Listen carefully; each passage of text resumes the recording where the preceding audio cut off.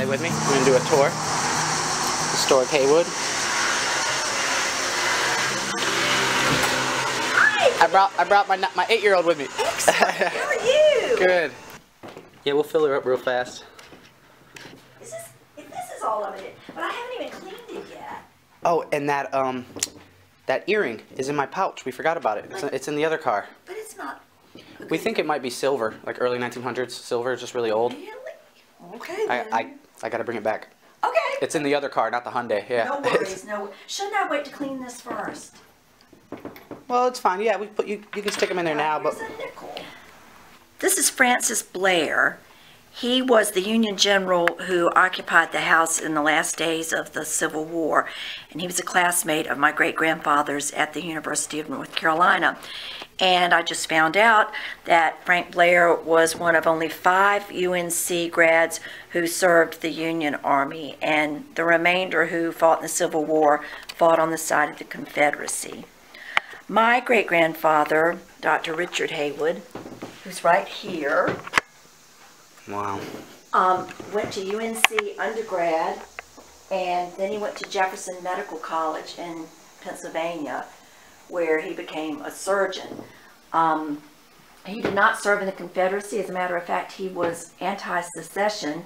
He did serve in the North Carolina militia as a surgeon and went to field hospitals up around Richmond in 1864 and tended the wounded there.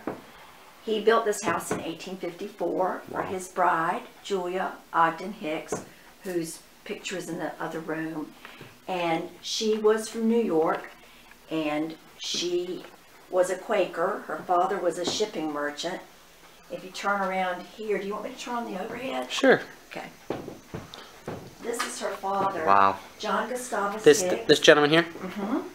And he owned a shipping company in New York City called Hicks and Company, interestingly enough. And he sent his daughters to Europe to be educated. I think they grew up in a very privileged home. They lived right across the street from Washington Square in New York City on Waverly Place. The brownstone has since been torn down. I think there's a hotel there now. So when Julia and Dr. Heywood were married, he built the house for her. He designed it himself, even though he wasn't an architect. And she had a lot of say-so in how the house was designed. Since she had gone to school in France and Switzerland, she was familiar with bay windows and asked that they be put on the house, but nobody in Raleigh had ever seen bay windows. In fact, these are the first ones ever to be in Raleigh, and everybody made fun of the house and said it looked like a candy shop. Wow. Beautiful. Thank you. Isn't it beautiful, Riley? Yeah. Wouldn't you love to live in a house like this? It has a lot of history. It has some ghosts too. This man right here, you probably can't see because of the glare. Can you see him? Yes, ma'am, I can. That's Sherwood Heywood. That's my great-great-grandfather, Dr. Richard Heywood's father. And in 1800, he and his brother Stephen, brother John, and brother William Henry all moved to Raleigh. And Stephen Heywood owned the block to the east of us. John Heywood, the first treasurer of North Carolina, owned the block over there where Haywood Hall is. And then the other brother, William Henry Heywood, owned the block where the Federal Building is on New Bern Avenue. Now, the gentleman we spoke to when we first came was telling us a little bit about that. Yes. I'll pause This for is a that. bronze of George Washington that was made in Ohio with the intention of selling it to the new Capitol building, which was finished in 1840. Capitol right down the street. Right. The first Capitol burned in 1833, and then this, or maybe it was 1831, and the second one was built and dedicated in 1840. So this was made with the intention of it hanging in the Capitol, but when it got to Raleigh, they found that since the rotunda is round and the bronze is flat, my great-grandfather bought it and brought it here. Wow. And it's hung there ever since. Amazing. And to my knowledge, it's never been taken down. In fact, every time somebody paints, we get out the tiny little paint brushes and paint around the ribbons because it's super heavy. And it's my understanding that those 2 swords up there are the only Confederate swords in the house. The rest of them are from other wars. And I see there's almost a sword hanging over every single doorway. They're all period, they're all... Well, this one right here below my great-grandfather, that's my father's Marine Corps sword. So that's a new one. Such amazing history. Well, yeah, there is a lot of history here. I can't believe it. Then this bookcase over here, did they tell you about that? We talked about it a little bit. There's a beautiful inkwell in here. Yes, the inkwell was found under the house, under the crawl space, and obviously one of the Haywood children put it there. And I wish I could let you all, do your metal detecting. It's covered in a moisture barrier now because there was asbestos down there. Oh, the plastic sheet. That had to be abated before anybody could go down there, and so they covered it in plastic. But before it was covered in plastic, we found the inkwell. We found some horse bones that kind of scared me because I wasn't sure what kind of bones they were, but we took them up to the museum and they identified them as horse bones. Those are interesting. Having grown up in this house and been to this house, because my grandmother, of course, lived here until 1969, and my dad lived here all his life. I was here one day and I was looking at those pictures and I said, Dad, why is the signature of William Heywood on those colonial notes? And he said, because he was the treasurer of the northern part of the colony. Amazing. And I didn't even know that growing up because it just hung here the whole time. When he was speaking to us, we obviously not even half the time I'm spending with you. It was like an overload, It's just everything that's coming out of your mouth. It's just amazing. Yeah, yeah. These are what exactly? These are colonial money, and signed by William Heywood, and he was one of the colonial treasurers. And it's my understanding, and I'm not sure I have the story completely straight, he financed a portion of the funding of the Revolutionary War units, I guess, in North Carolina by buying or funding this colonial money. I'll need to look it up. See that there are Masonic emblems as well as the cross at the top. The bookcase was built for a Roman Catholic priest here in town, and when the bishop saw the Masonic emblems, he said, you can't keep it because the Catholic Church and the Masons do not see eye to eye, probably not to this day. And so my great-grandfather bought it. That too never moved from this spot until 2007 when we had a steam pipe leak under the house. That was when we had to abate the asbestos to get under there and fix the steam pipes because they said we can't go under there unless you get rid of this asbestos. But everything up here got damaged, either moisture damaged or upholstery damaged or paper damaged. The books were all really moist. And so when they took the bookcase away, there was nothing but plaster wall behind. It had never been painted since whenever it went up here. Most of those books are period as well? Yes, my grandfather, who's this gentleman up here above the door, that's Marshall Delancey Heywood Sr. He was a historian, an author. He wrote several books about North Carolina people. He was a librarian at NC State. He was a librarian for the Masons, for the Episcopal Diocese. He was one of the founders of the Sons of the Revolution unit or meeting or whatever it was called in Raleigh. He was also a member and lifetime secretary of the North Carolina Society of the Cincinnati. So he was very big into history. He collected these books. A lot of them are quite old. I've never even... See the Native American artifacts, the... I might say this wrong. Scrimshaw. Scrimshaw, that is correct. Yep. Amazing. Yeah. Oh, and if you will show everybody this right here, Douglas probably didn't even know about this. My godfather and one of my parents' best friends since the time I was a baby is Bill Mordecai of the Mordecai. House. Yeah. And we actually have metal detected his son's house in Warrenton. It used to be a school. His son built a house in Warrenton. The Mordecai. Bill's son? Richard Hunter lives in it now. Oh, I don't know Richard Hunter. He's the head of the Preservation Warrenton. Okay, okay. Well, Bill, for some reason, had this medical kit in his basement. I'm going to leave it alone. It belonged to my great-grandfather, Dr. Richard Heywood. We still don't know why Bill Mordecai's grandfather had the medical kit, unless my grandmother gave it to him, because they were lifelong friends, and old Mr. Mordecai was my grandmother's attorney, and I suppose that's how it came into their possession. But Bill gave that back to me just 2 weekends ago, and it is my pride and joy. It's in a little bit rough shape. It's beautiful. Yeah, a couple of the bottles are broken, but those vials still contain original potions. That is called plumbi acetos, and I looked it up, and it's lead oil. And they would reconstitute the powder and put this lead oil on the wounds, which probably hastened their deaths rather than helped them. Wow. There's an empty one there that used to have morphine in it. It says, Like this big one? it's one of the smaller ones back Wow. there. There's lavender. There's ipecac, syrup of ipecac that makes you vomit if you've taken poison. That's a Confederate Bowie knife. Absolutely amazing. That note I noticed, is that dated 1771? Is Yes, that what that's another colonial note. I'm reading that correctly? Amazing, Miss Heywood. You are. This, you've heard of beating plowshares into swords. This is a Confederate bayonet. Obviously, primitive, obviously made out of a farm. Yeah, a lot of Confederates had to make their own tools. Or They had to do whatever they could to outfit themselves. that is amazing. And then the firearm right there is from the Fayetteville Armory. And it's a Civil War converted Brown Bess musket with the bayonet on it. Amazing. I found a thumb plate, so I'm assuming if it's down here, over here. Uh-huh. Yeah, I have a thumb plate from a Brown Bess. Oh, wow. That's amazing. Interesting. And most of these portraits are all family. They're all family. Now, interestingly, this gentleman here is named John Bailey.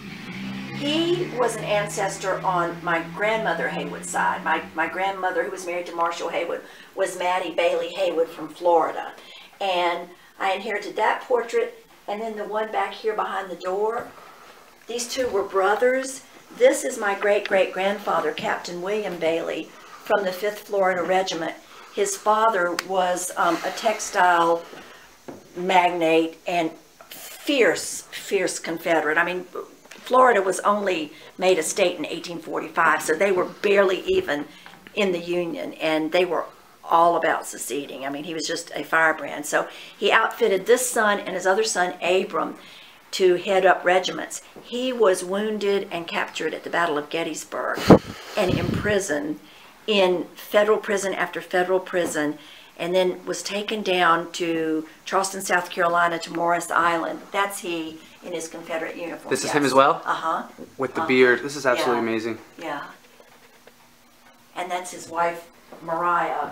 We may have to do 2 videos, guys, Oh, I know. or a video for each room of this house. I know. Let me show you this. So, Captain Bailey was one of the immortal 600 who were Confederate officers made an example of by the Union Army outside of Charleston in retaliation for what they felt was unfair treatment of their soldiers in Charleston. They took Captain Bailey and 599 other captives and laid them out on the beach across from Fort Moultrie, where the Confederates, not knowing that they were their fellow Confederates, were shooting on their own men. They didn't kill any of them, but by the time he got to Charleston, he was so weak from lung disease and starvation that he couldn't do anything. They transferred him to Hilton Head, to the prison there, and he died the day they released him in March of 1865. Absolutely And amazing. so we have letters from him to his father in Florida, begging him to get him exchanged. He said, "Please, Father, let me come home to die. I know I'm not going to live. Please, can't you make arrangements so I can come home to die?" But they made an example out of him, I think because his father did so much against the Union, outfitting his sons and providing cloth for the Confederate uniforms and hiring the wives and daughters and sons of Confederates who were out fighting, hired them to work in his textile mills so they'd have enough money to live. Yeah, now you're into the interesting Indian artifacts. So my great-grandfather's sisters, 2 of them, married Union officers after the Civil War, and yet they were not rejected by people in Raleigh. I mean, they were welcome in Raleigh, but since they remained in the United States Army, they also went out west, and I am supposing that they fought Indians as well as traded with them. So this is an Indian war club.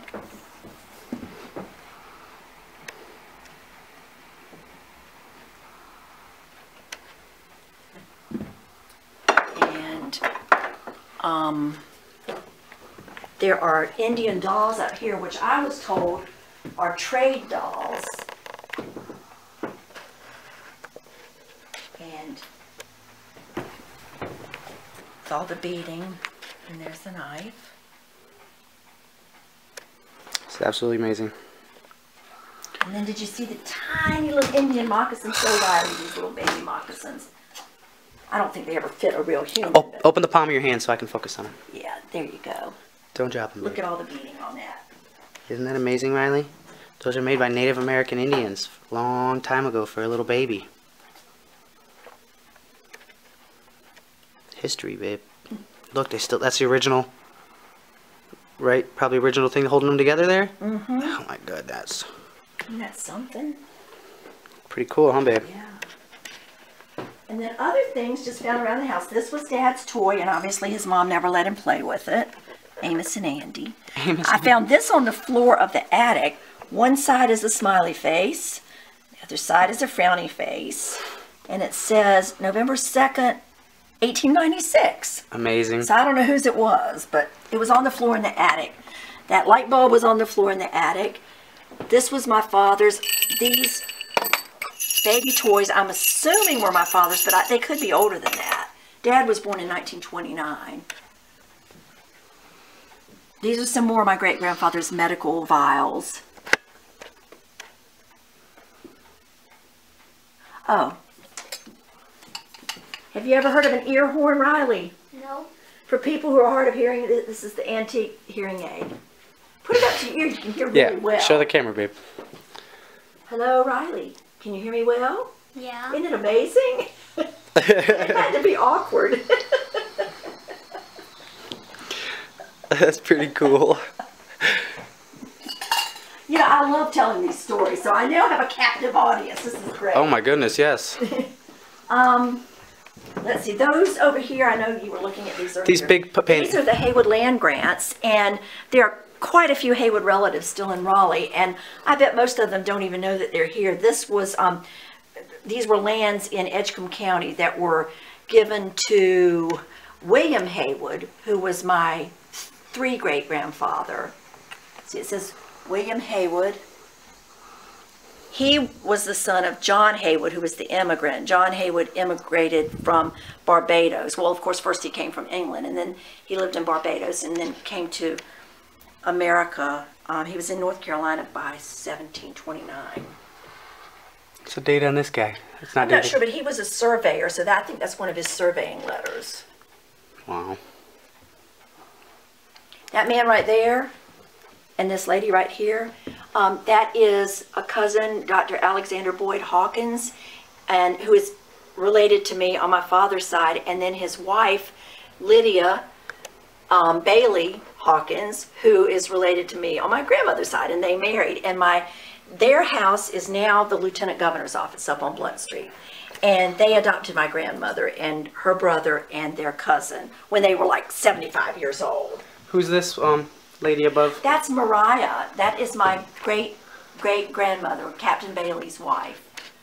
Mariah Bowling Baker Bailey Taylor. You have one memory. I tell you. I know. Who does the tours? You? I do. Of course. I love it. Obviously, this dog. Look at this beautiful lady. Hey, Miss Sarah. Yes. She's not camera shy. Yeah. She's.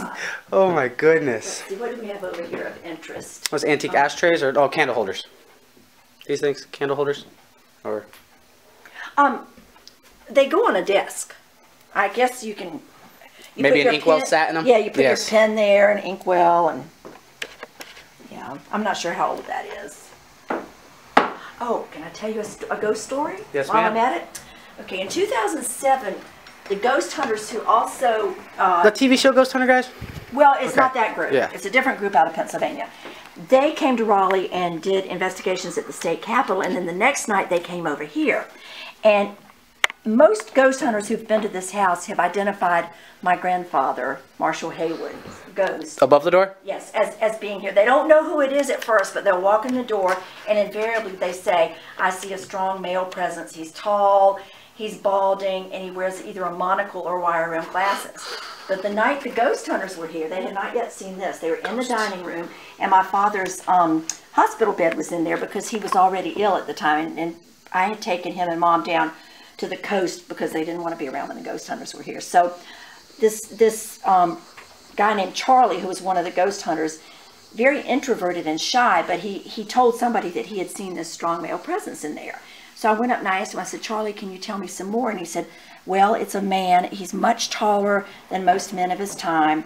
He wears a hat, but not a hat like you see today. And I said, well, what do you mean? He said, well, it's round at the top. I said, well, do you mean like a bowler hat? Well, he didn't know what a bowler hat was, but he said, well, maybe. And I said, well, tell me more. And he said, well, he wears either a monocle or wire-rimmed glasses. And he said, he walked through that door over to the fireplace as if to warm his hands by the fire, which I found strange since it was the middle of June when they were here. And then he turned to the hospital bed and said, where is the person who belongs in this bed? I look after the person who belongs in this bed. So Charlie said, is your mother ill? And I said, it's not my mother, it's my father who's ill. And I said, it sounds like you may be describing his father. So I said, just a minute. So I brought out this picture. Now look at all these men. And this was done in 1917 in Asheville, North Carolina, a meeting of the Society of Cincinnati. Every single man in this picture has a hat, and almost all of them are the rounded bowler hats. So I said, Charlie, do you see the person in this picture? He looked over, immediately pointed to my grandfather. Now, if that doesn't give you chills, it surely did a little bit. It gave me chills. Look at all these men. He picked him right out. Amazing. Where's this? Oh, you already said Asheville. In Asheville, yeah. Yeah. Amazing. So when my dad died in 2009, it was obvious the spirit of my grandfather was gone. He left with my dad. So he obviously was here. See, he died when Daddy was only 3. And I feel like he was here the whole time watching out for him, which I think is really super neat. I just hope somebody's watching out for me. Amazing. Do you want to go in the dining room next, or do you want this one? Yeah, you said you had been to Pleasant Hill, right? It sounds very familiar, and the last name Road. Hawkins sounded familiar as well. Yeah. Well, this Hawkins right here. All right, so she was the one. She was born at Pleasant Hill. She is my great grandmother. She was married to Sherwood Heywood. Her name was Eleanor, and her father was Philemon Hawkins, and his wife was Lucy Hawkins, and they lived at Pleasant Hill on Flemingtown Road up in, I can't remember if it's in Warren County or Vance County. It's probably changed over the years, and I'm wondering if you've been there. Pleasant Hill. Mm-hmm. It was also called Rivenoak or Ravenoak, and it's owned by a couple who's, I've never met them, but they were school teachers, and they bought the house and they fixed it up. And I've actually been there twice and knocked on the door, and neither time was anybody there. But and so that Uncle Sandy is through that line too, and then all these folks behind the door, these are all Hawkinses too. We have a group leader who lives in Warrenton, and she'll tell us in a second if we've been to that house. Okay, all right, well, good. Just recognize the name of the house because we've been to so many. Yeah, all these folks were brothers and sisters, and oh my goodness, that's heavy. Most of them were prominent in the early days of North Carolina as railroad people or physicians. Are you familiar with Charlotte Hawkins Brown? No, ma'am. Who is a prominent black educator, and she has a historical marker between here and Greensboro. Well, Charlotte Hawkins Brown was, her grandmother was the half-sister of all these people, because John D. Hawkins, her brother, had impregnated an enslaved woman named Rebecca, and this woman here, Jane Hawkins, actually took this little girl in who was her half-sister, and she was up on Blunt Street, and the child lived there so that Jane could, quote, make her into a Southern lady, which, wow. Yeah, it was pretty amazing. Dad loved ordnance. He was in the Marine Corps, and this is a cannonball from a fort somewhere in the Caribbean. I can't remember where. This is an English hand grenade, and that's desert roses. Have you heard of those? No, ma'am. They're crystals of sands. Like lightning strike kind of thing, maybe? Or I don't know. Right? I don't know. Here's a Japanese hand grenade. Vietnam, World War II? World War II. Wow. What's this guy? I don't know. It's just a very old, beautiful knife with Yeah. a bone handle on it. Yeah. Boy, it's in bad shape. Yeah. That painting's amazing, too. Yeah, Mort Kunstler is a, or I don't know if he's still alive or not, but he did a lot of Civil War paintings. And the reason I like this one is that right up here, beyond that clock face, was where Dr. Fabius Heywood's house was. And when Kunstler was painting all these pictures, he tried to put locals into these paintings, and the man back there with the white beard and the top hat, yeah, that's Dr. Fabius Heywood. Let's zoom in, guys. We'll see him right there. Yeah. Amazing. I don't know about this one. What's this beautiful dagger over here? Oh, that was from the Spanish-American War, but it's from the Philippines. That's all I know. Probably.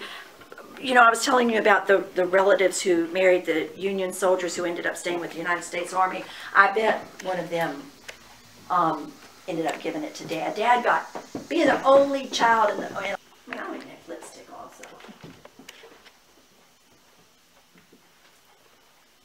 Oh, I wanted to show you two more things. See these little miniatures here? Yes, ma'am. All right, this one is the Philemon Hawkins I was telling you about, the one who lived at Pleasant Hill. And he's my 3 great-grandfather. And then this is Sherwood Haywood, and that miniature is what this painting was done from. So that was done first, and then somebody painted that. And he actually had smallpox and lived, and if you get up real close, you can actually still see the scars from his smallpox. You can? Mm-hmm. Pretty interesting. Who's this? Oh, that was a Bailey relative, and her name was Mamie Bailey Finlayson from Your Florida. memory is amazing. Your memory is absolutely amazing. And the snapper turtle down there, what's going on with him? Is that a fake? Is that cast iron? It's cast iron. Remember in the yard when I was telling you about when the Yankees came and General Blair said, "Where did you put the silver?" And my great-grandfather said, "Well, we buried it in the well. We held it down with andirons, these andirons." And he said, "Don't put it in the well. That's the first place the bummers look." And so they pulled everything back up and buried it in the garden instead, and put the andirons back here, and lived to tell the story. They've been here ever since. Ever since they were pulled out of the well with the silver. Ever since, yes. And I've actually polished them before, and it's not fun to polish them. Solid brass. Yeah, solid brass. I'm not even gonna. Yeah. Yeah. Yeah. Yeah. So he said, obviously, because a lot of homes here, all the old chimneys are bricked in. Luckily, yours aren't, but they're not working. They're up at the top. They're capped now. But when I was a little girl, this fireplace worked great, and now we would roast marshmallows there with my grandmother. Wow. But it wouldn't be that big of an ordeal to get them uncapped? You know, it's not the whole... No, but I think you'd have to do something with the flues. I bet they're dangerous. It's a lot more than just that. You have to chimney the whole thing. Exactly. Yeah. And then they're not very efficient as far as heat, because all the heat goes up there. And then some of them were converted into coal fireplaces. Like I think, is the one in here a coal fireplace? I can't remember. Or General Blair, who was headquartered here. General Sherman, because General Blair was on Sherman's staff. He was one of the generals on Sherman's staff. General Grant, who was briefly in town, and my great-grandfather drank a toast to the end of the Civil War in that doorway. That actually opens out onto Blunt Street, and they drank a toast. Because outside there's stairs. Yes. Mm-hmm. I remember. Wow. Yeah, yeah. This portrait is of my grandfather also, Marshall Heywood. Bunch of beautiful portraits. Yeah, I like it too. They're all amazing. Well, my grandmother didn't like that one, and Dad said she had thrown it out on the trash heap, and he went out and retrieved Oh it. my And brought it goodness. back in. I can't even. It's like everywhere I look, I want to talk. The religious engravings are from the Raphael's cartoons, which hang in the Victoria and Albert Museum. These are just the engravings of them. And when Mom and Dad moved in after Nanny died, they found them up in the attic, and you can see some of them are in rough shape, but we put them back here because Dad said when he was a little boy, they were hanging on the walls, and the nuns would come up here and give classes on the Bible verses that these were from. They just loved visiting and looking at these engravings. And I can't begin to tell you what verses they're all from, except I know that that's the one with Jesus and the fisherman, but I don't know what a lot of them are.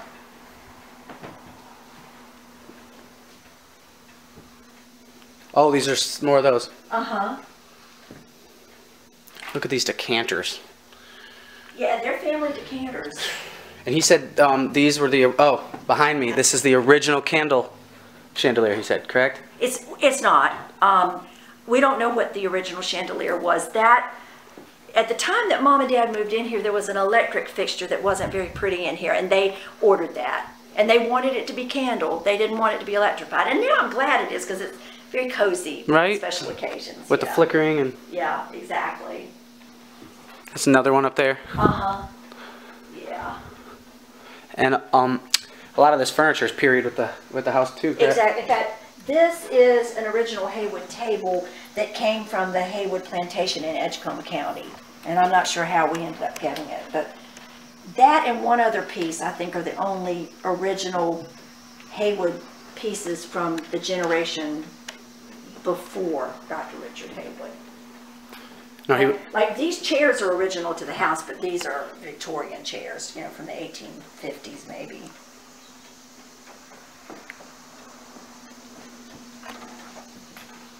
Beautiful.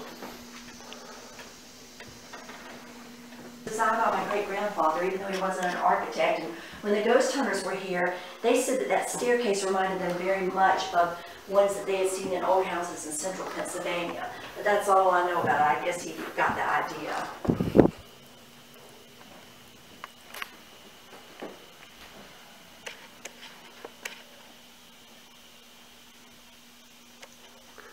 Whew. I think you're having a good time, aren't you? Yes, ma'am. What's going on? Oh, it's a mirror. Yeah. Thought I saw him. I guess I saw myself. It's like, who's that guy? Oh no, it's a ghost! So, this is the parlor. And we call this Julia's room because this room, well, for one thing, her ghost is in this room, and she too has been seen by multiple ghost hunters. This is Julia right here, my great-grandmother, Julia Ogden Hicks Haywood. Her mother, Lavinia, her sister, Euphemia, and her little sister, Elizabeth. Euphemia, such beautiful Yep, names. I know. And then this picture over here is little Elizabeth all grown up, and that was given back. This is which one of these? The little one right there. Oh my gracious. And it was given back to the family. And so when Julia came down here, she had things shipped down from the brownstone in New York. So the two pier mirrors came from there, the little marble statues, this piano, which was at one time owned by a Polish ambassador, and that whatnot shelf over there. History overload, guys. Yeah, definitely. History you want me to overload. open the piano so you can see it? Why not? Okay. Absolutely. All right, let me move some of these pictures back. While she's doing that, guys, we'll do a little walk around over here. We're going to try to get as much of this on film as possible. We might have to do another video. Definitely, probably want to do another video. Look at this lamp. That's got to be the prettiest lamp I've ever seen in my life. Let's see. I can't put it all the way back or I'd have to move everything, but here you go. Oh, you should get this too, because this is beautiful inlay.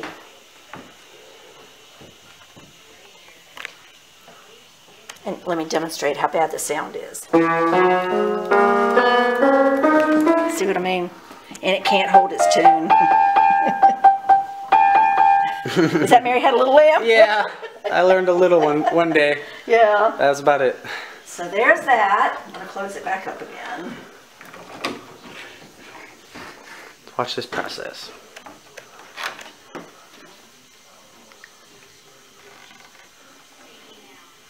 Stunning. There you go. Okay. What's the story on this gentleman? This is called Tobias from the Bible.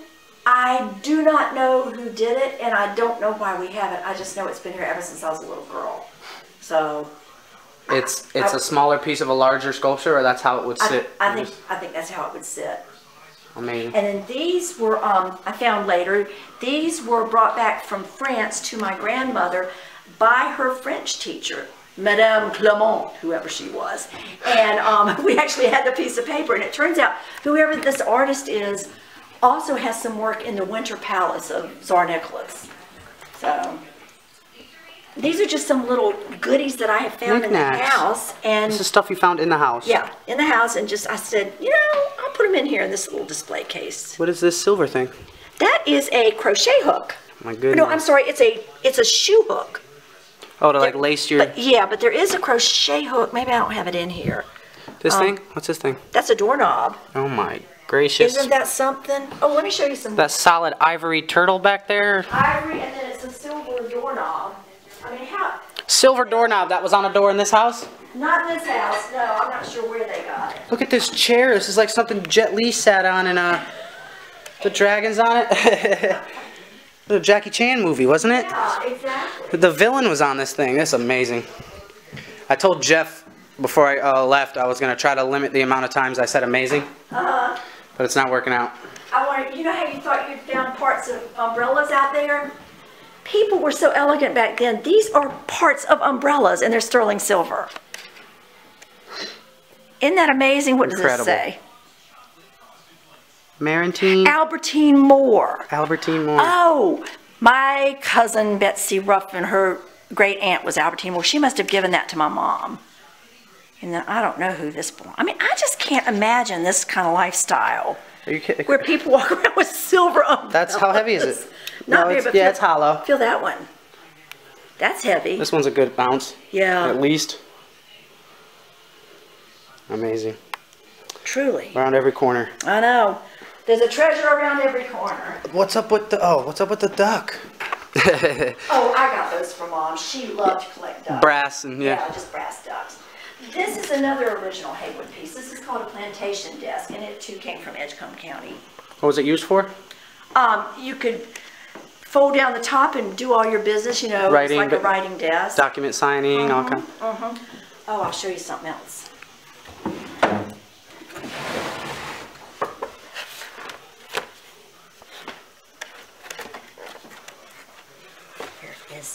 Here it is.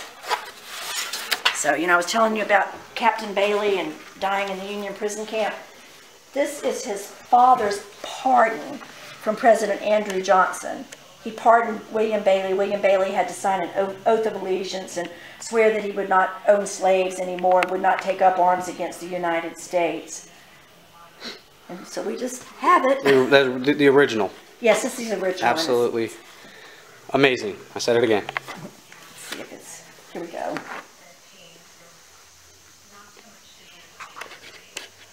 Riley, staying here with us. Play with Miss Sarah. September 1865. Wow.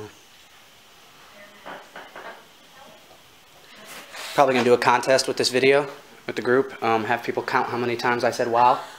And the first just like on Antiques Roadshow. and the first person that gets it wins. Miss Haywood's like, all right, I'll start counting. Is this carved ivory? It is. You gotta put it down so I can just focus on it. And that is to the hippopotamus. Whoa. How old is something like that? I don't know. It has to be really old. I mean, it's illegal to have Exactly. it Yeah. anymore. At a certain time, it was illegal. Yeah. But obviously, if it's considered an antique or if it was made before the law was passed, then it's fine to buy. And But I don't think I could sell it. I don't Of think I'd be course, allowed. of course. I mean, I think it would be illegal to sell it. I think, but I'm not sure of that. I wouldn't want to. Yeah. That hippo is not happy. I know. He's not. Let's see. What else in here do I need to tell you about? You can tell my mother liked to collect Asian things. So all that she collected. The little snuff boxes. These things up here? Those are carved out of little tree roots, but like this, that, they're all snuff boxes or snuff jars or whatever. Just like that red thing over there? Or which red thing? on the end table here? This. It looks like maybe that is what that is. That could be. As an ivory painted or? That's called cinnabar, and I don't exactly know what it is. You have a lot of knowledge in your head, man. You see this thing right there on the wall? Do you know what that is? This bowl with the... Nope, I'm not going to embarrass myself. It's sometimes called a barber bowl and sometimes called a bleeding bowl. So the barbers, not only would they shave you, but they'd also bleed you. You know how they bled people all the time to try to make them feel better? Yeah, that's how George Washington supposedly died. Yes, exactly. And that's supposedly how my great-great-grandfather died too. Sherwood, they get the bad blood out. And yeah. So this would sit up against your neck. Yeah, so that's a bleeding bowl. It's not original to the house, but I just like that kind of chair. Guys, look at these chairs too. Just every inch of this house is stunning. These are Italian hall chairs, and there's a name for them that I can't remember. And they actually were in the hall, and they were designed when somebody would come to the door, if he wasn't family and wasn't friend, they didn't want him to stay very long. So whoever answered the door would say, well, just a moment, have a seat in the chair. And it discouraged people from staying too long because they're very uncomfortable. Well, back then, they didn't like the naked... Exactly. And it's stuck in your back. And speaking of it stabs you in the back. Yeah, you can see that. Speaking of coming to the front door... I remember, there's a house in Warrenton that had one of... Yes, it's not hooked up anymore? Of course, the rope was outside, and they could ring the doorbell outside. Isn't that neat? And the old... Yes, the bar. You still put it up sometimes, obviously? I do. Yeah. I would too if I went out of town, right? Yeah, exactly. Absolutely. Exactly. Amazing. So you don't have it fed through there because it's too annoying now? People be ringing your... Very annoying. People ringing your bell all the time. I know, exactly.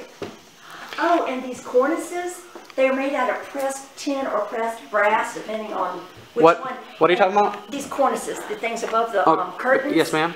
And these are original to the house, and Dad found them up in the attic, and he and my cousin John, who was an interior designer, put them back together and fitted them back up there. How many pieces was that in? I think 3.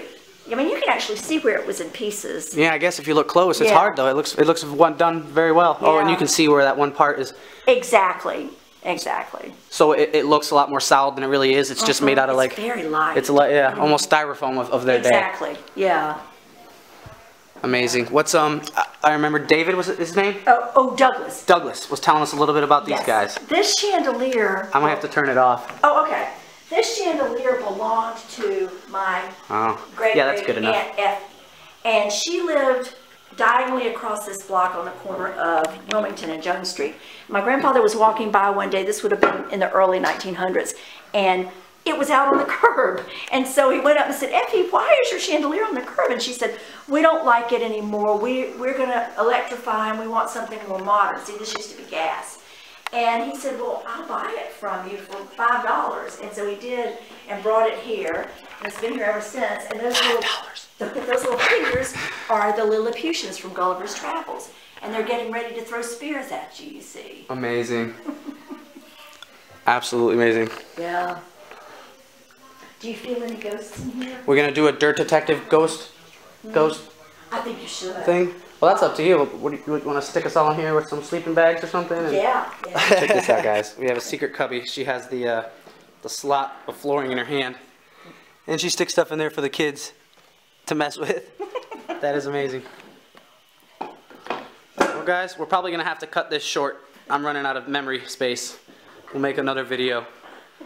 So much to talk about. We can spend hours in here. Ain't that right, Sarah? Goodbye, Miss Sarah. Oh, she says bye.